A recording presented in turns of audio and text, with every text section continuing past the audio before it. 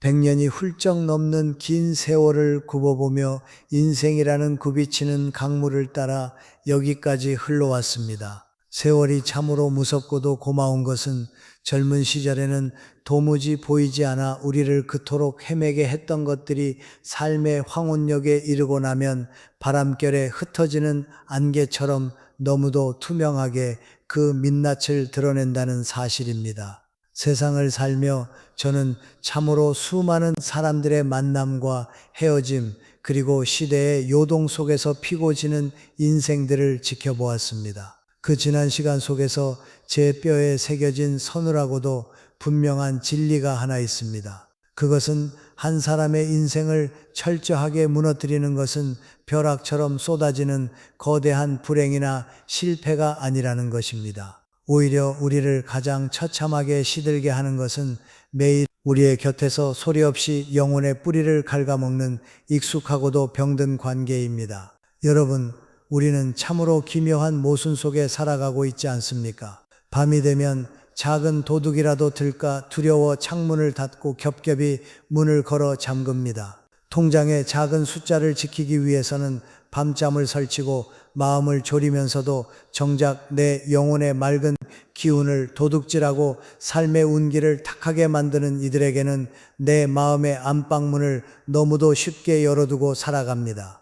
마치 서서히 끓는 물속에서 자신이 죽어가는 줄도 모르는 개구리처럼 우리는 정이라는 이름으로 혹은 관계 유지라는 편안한 안도감 때문에 내 삶의 에너지를 통째로 빨아먹는 이들을 곁에 두고 하루하루를 견뎌냅니다.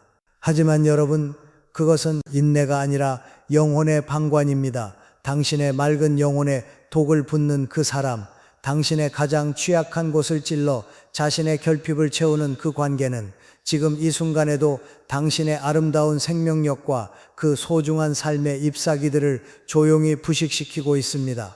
스스로 묻고 또 물어보아야 합니다. 나는 지금 누구에게 내 영혼의 곳간을 열어주고 있는가 하고 말입니다. 이처럼 우리의 삶을 좀 먹는 관계는 처음부터 무서운 괴물의 얼굴을 하고 찾아오지 않습니다. 오히려 그것은 아주 친밀한 가면을 쓰고 때로는 가여운 얼굴을 한 채 우리의 일상 속으로 고요히 스며듭니다. 물이 솟행하는 봄날, 들판에 굳건히 서 있는 나무를 한번 떠올려 보시겠습니까? 겉보기에는 푸른 잎을 키우며 찬란한 햇살을 한 몸에 받고 있는 듯하지만 그 나무의 생명력을 서서히 앗아가는 것은 매서운 겨울의 폭풍우가 아닙니다. 잎사귀 뒷면에 들러붙어 눈에 보이지도 않을 만큼 작은 벌레들이 날마다 조금씩 나무의 진액을 빨아먹는 보이지 않는 병충해야말로 거목을 소리 없이 말라 죽게 하는 진짜 원인입니다. 사람과 사람 사이의 인연도 이와 한치도 다르지 않습니다. 제가 청년 시절을 보내고 중년의 고개를 넘던 그 험난했던 격동의 세월, 제 주변에는 참으로 눈부신 재능과 따뜻한 성품을 지닌 벗들이 많았습니다. 그 중에서도 특히 제 기억 한편에 슬픈 잔상으로 남아있는 한 지인이 있습니다. 그는 누구보다 맑은 영혼을 가졌고 세상을 향한 선의로 가득 찬 사람이었지요. 하지만 그는 자신의 선의를 볼모로 삼아 끊임없이 불평과 원망을 쏟아내고 자신의 실패를 타인의 탓으로 돌리며 에너지를 착취하는 한 오랜 지기의 곁을 끝내 떠나지 못했습니다.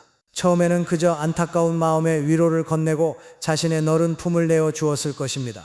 그러나 그 맹독과도 같은 관계의 독은 서서히 그의 영혼을 부식시키기 시작했습니다. 세월이 흘러 오랜만에 다시 마주한 그의 얼굴에서 저는 과거의 그 눈부시던 생명력을 더 이상 찾아볼 수 없었습니다. 맑았던 눈동자는 깊은 수심과 피로감으로 탁해져 있었고 선했던 입술에는 어느새 체념과 냉소가 자리 잡고 있었지요.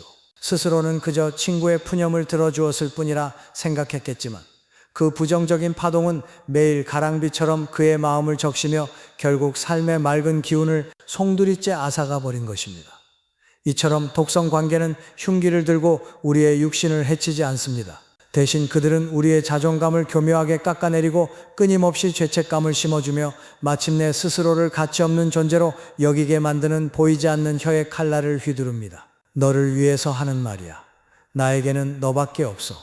달콤하고도 무거운 족쇄는 지금껏 얼마나 많은 이들의 영혼을 질식시켜 왔습니까?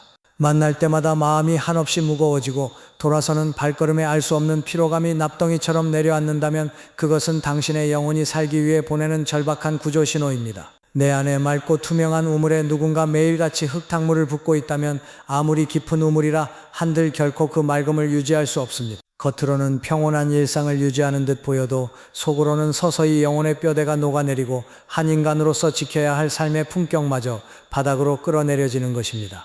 100년을 훌쩍 살면서 제가 곁에서 참담한 심정으로 목도해야만 했던 수많은 인간 군상의 쇠락은 대부분 이처럼 자신의 내면을 부식시키는 관계의 병충해를 제때 털어내지 못한 데서 비롯되었습니다.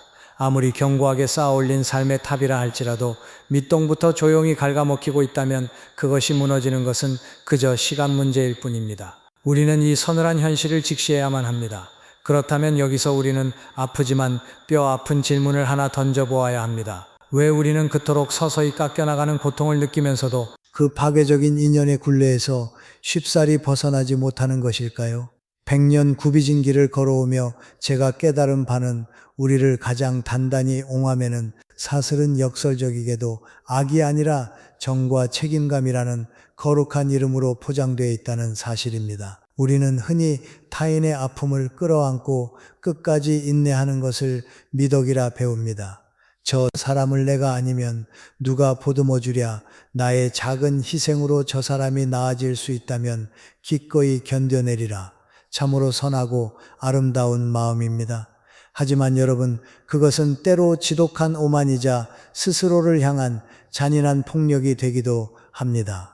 한겨울 얼어붙은 강물 속에 차가운 돌덩이를 품에 안는다고 해서 그 돌이 따뜻해지지는 않습니다. 도리어 내 몸의 온기마저 빼앗겨 함께 얼어붙고 마는 것이 자연의 냉혹한 이치입니다. 밑빠진 독에 물을 붓듯 내 영혼의 맑은 샘물을 모두 퍼내어 준다고 한들 그들의 내면에 자리 잡은 깊은 결핍과 상처가 채워지겠습니까? 그들은 그저 당신의 선의를 자양분 삼아 자신의 탁한 기운을 연명해 나갈 뿐입니다. 이것은 아름다운 희생이 아니라 아주 교묘하고도 서서히 이루어지는 영혼의 착취입니다.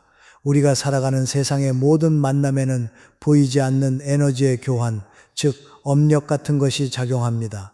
사람에게는 저마다 고유한 생명력의 파장과 운기의 흐름이 있지요. 맑고 투명한 영혼을 곁에 두면 마음의 거울도 함께 밝아지지만 새의 원망과 분노, 시기심으로 가득한 이 곁에 머물면 영혼의 우물에도 어느새 검은 기운이 스밉니다. 그들의 탁한 감정, 쓰레기를 묵묵히 받아내다 보면 어느 순간 내 삶의 운기마저 진흙탕처럼 흐려지고 맙니다. 까닭없는 무기력증에 시달리며 세상을 향한 따뜻한 시선을 거두게 되고 삶의 굽이마다 나아갈 길을 가로막는 보이지 않는 벽을 마주하게 되는 것. 그것이 바로 관계의 맹독이 내 삶의 운기를 훼손하고 있다는 무서운 증거입니다. 나이가 들수록 그리고 삶의 황혼역에 가까워질수록 우리 인간이 필사적으로 지켜내야 할 단 하나의 가치가 있다면 그것은 바로 품격일 것입니다. 품격이란 값비싼 옷이나 쥐고 있는 권력 혹은 통장의 잔고에서 나오는 것이 아닙니다. 그것은 맑고 고요한 내면, 스스로를 귀하게 여기고 타인과 세상의 이치를 고요히 관조할 줄 아는 여유에서 배어나오는 영혼의 향기입니다. 그러나 나를 갉아먹는 관계 속에 스스로를 방치하는 순간 우리는 이토록 귀한 품격을 잃어버리고 맙니다. 나침반을 잃고 표류하는 배처럼 타인의 감정적 횡포에 이리저리 흔들리며 종국에는 방어적이고 냉소적인 모습으로 나조차도 그들과 닮아가는 비극을 맞이하게 되는 것입니다. 여러분, 내 영혼이 맑게 깨어있지 못한 채 무너져 가는데 어떻게 남을 구원하고 좋은 인연을 지켜낼 수 있겠습니까? 무조건적인 인내와 맹목적인 희생이 때로는 내 영혼을 향한 가장 큰 죄업이 될 수 있음을 우리는 이 깊은 시편의 파장 속에서 처절하게 깨달아야만 합니다. 그렇기에 우리는 단호한 결단을 내려야만 합니다. 그 탁한 물에서 나오기 위한 첫걸음은 자연이 우리에게 매일같이 보여주는 자연의 가르침 속에 숨어 있습니다. 여러분, 계절의 순환을 가만히 들여다보시지요. 가을이 깊어지고 서리가 내리면 숲의 나무들은 다가올 혹독한 계절을 견뎌내기 위해 필사적으로 제 몸집을 줄입니다. 봄날에 찬란했던 꽃잎도 여름날에 무성했던 푸른 잎사귀도 미련 없이 매정하게 바닥으로 떨구어냅니다. 그 아름다웠던 것들을 온전히 흙으로 돌려보낸 뒤 앙상하고 헐벗은 맨몸이 되어서야 비로소 나무는 매서운 겨울의 눈보라를 견뎌낼 수 있는 것입니다. 만약 나무가 그 잎사귀들을 잃지 않으려 끝내 움켜쥐고 버틴다면 어찌 될까요? 가지는 눈의 무게를 이기지 못해 참혹하게 부러지고 종국에는 나무 전체가 뿌리째 얼어 죽고 맙니다. 우리의 인연의 숲도 이 대자연의 섭리, 생명의 이치와 한치도 다르지 않습니다. 병들고 썩어가는 가지를 스스로 잘라내는 일은 나무에게도 살을 늙은 고통일 것입니다. 사람의 일도 마찬가지요. 함께 나누었던 세월의 정 혹여 내가 냉혹하고 이기적인 사람으로 비치지는 않을까 하는 두려움, 주변 사람들의 싸늘한 시선과 구설수, 이 모든 세속의 그림자들이 우리의 가위를 쥐고 있는 손을 하염없이 망설이게 합니다. 하지만 스스로에게 물어보십시오. 썩은 가지를 그저 껴안은 채로 어찌 새싹이 돋아날 푸른 봄을 기약할 수 있겠습니까? 생명을 살리는 가장 위대한 자비는 역설적이게도 나를 해치는 것들을 단호하게 잘라내는 그 뼈 아픈 아픔 속에서 잉태되는 법입니다. 100년을 훌쩍 넘는 긴 세월의 강을 건너오며 저는 뼈저리게 배웠습니다. 인생의 진정한 지혜와 성숙이란 세상을 향해 무엇을 더 많이 쥐고 쟁취하느냐가 아니라 때가 이르면 무엇을 어떻게 내려놓느냐에 달려있다는 것을 말입니다. 내 삶을 먹는 독성 관계를 끊어낸다는 것은 그 사람과 마주 서서 시시비를 가리고 목소리를 높이며 분노를 터뜨려 싸우라는 뜻이 결코 아닙니다. 그것은 오히려 철저한 부작위, 행하지 않음의 지혜를 실천하는 일입니다. 나를 향해 날아오는 독이 담긴 말과 비난에 더 이상 반응하지 않는 것, 그들의 끝없는 결핍과 억지를 내 소중한 에너지로 채워주려 애쓰지 않는 것, 타인의 부당한 기대와 빗나간 시선으로부터 내 마음의 빗장을 고요히 걸어 잠그는 것, 그것이 바로 내 맑은 영혼을 지키는 가장 강력하고도 깊이 있는 방패입니다. 얽힌 인연의 끈을 억지로 끊어내려 요란하게 발버둥칠 필요조차 없습니다. 그저 내 마음속에서 그 사람을 향해 속절없이 열려있던 문을 조용히 닫아두는 것, 내 맑은 우물에 더 이상 그들의 탁한 흙탕물이 흘러들지 못하도록 물꼬를 부드럽게 돌리는 것만으로도 충분합니다. 세상, 사람들에게 착한 사람, 무난한 사람으로 남기 위해 내 영혼의 뿌리가 썩어 들어가는 것을 방치하는 것은 결코 미덕이 될 수 없습니다. 참된 품격이라는 것은 남들의 시선이라는 낡고 허름한 잣대에서 과감히 벗어나 내 안에 맑고 투명한 영혼을 온전히 마주하고 지켜낼 용기가 있을 때 비로소 우리 삶에 깃드는 법입니다. 삶의 황혼역에 서서 가만히 뒤돌아보니 그렇게 아프지만 철저하게 덜어내고 비워낸 자리에만 비로소 맑은 운기가 다시 차오르고 참된 평화가 깃드는 것을 수없이 목격했습니다. 억지로 붙잡고 있던 썩은 동아줄을 가만히 놓아버리는 그 철저한 내려놓음의 순간 우리의 영혼은 비로소 오랜 무거운 짐을 벗어던지고 저 드높은 가을 하늘을 향해 깃털처럼 가볍게 날아오를 수 있는 것입니다. 그렇게 내 삶을 좀 먹는 관계의 끈을 단호히 놓아버리고 나면 우리 삶의 빈자리에는 필연적으로 낯선 손님이 하나 찾아오게 됩니다. 바로 고독이라는 이름의 조용한 손님이지요. 참으로 많은 사람들이 텅 빈 것만 같은 그 서늘한 시간을 두려워하여 다시금 의미 없는 무리의 곁을 서성이고 소음으로 귀를 채우려 고군분투합니다. 그러나 100년이 훌쩍 넘는 세월의 풍상을 온몸으로 겪어내며 제가 깨달은 참된 진리는 고독이야말로 상처받고 탁해진 우리의 영혼을 본래의 투명함으로 되돌려놓는 가장 위대한 치유의 영약이라는 사실입니다.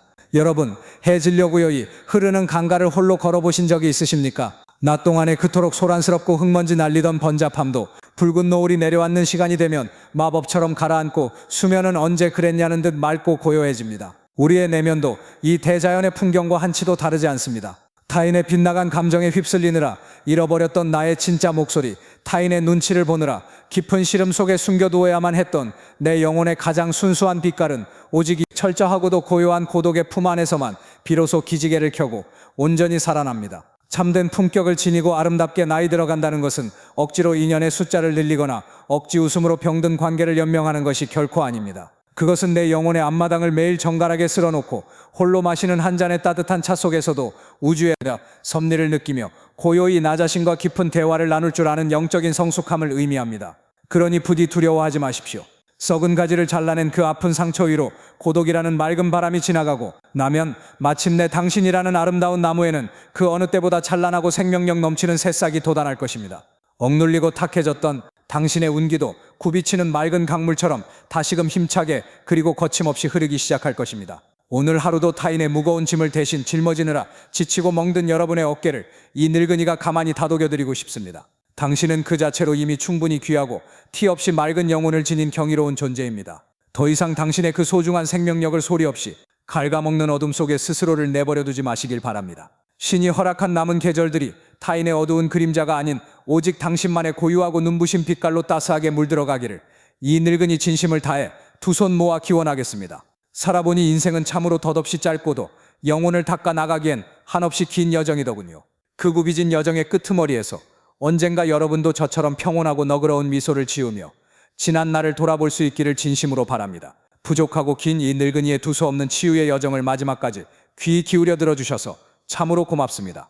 여러분의 걸음걸음마다 따스한 봄 같은 생명의 축복이 늘 함께 하시기를 빕니다.